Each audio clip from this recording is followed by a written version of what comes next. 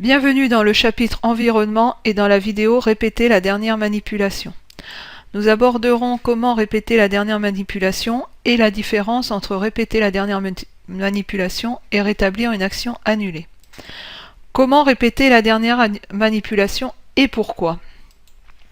Alors dans Excel, vous pouvez avoir à un moment donné besoin de répéter une action plusieurs fois. Alors par exemple, je saisis du texte à différents endroits et puis je me dis que sur certaines cellules, je vais centrer le texte. Donc ici, je vais centrer le texte de ma première cellule. Par contre, ces deux cellules-là, j'ai pas besoin de centrer, mais je veux centrer celle-ci. Alors je vais recentrer cette cellule. Alors de façon plus rapide, vous pouvez ici répéter la dernière action avec la séquence de touches CTRL Y. Donc si je fais CTRL Y avec mon clavier, ça m'a bien centré le texte. Donc vous n'avez pas vu le CTRL Y puisque vous ne pouvez pas visualiser mon clavier, mais j'ai activé le CTRL Y. Et une deuxième manière de répéter la dernière action également, c'est de faire F4. Je viens d'activer la touche F4 de mon clavier et ça a bien répété la dernière action qui est l'action de centrer ma cellule.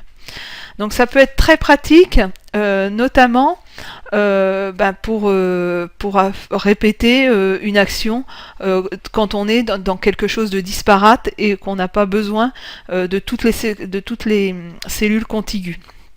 Donc la dernière manipulation, vous pouvez la répéter à l'aide de ces deux combinaisons de touches, donc soit CTRL Y, soit F4.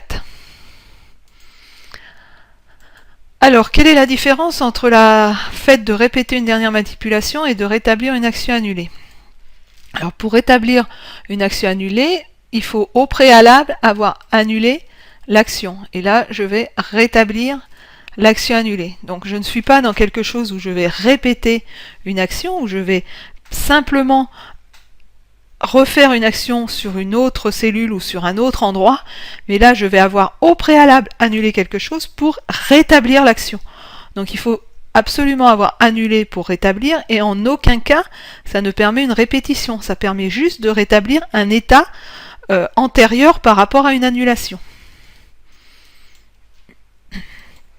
Voilà, nous avons terminé cette vidéo et donc nous avons vu comment répéter la dernière action et quelle est la différence entre la répétition d'une dernière action et rétablir une action annulée.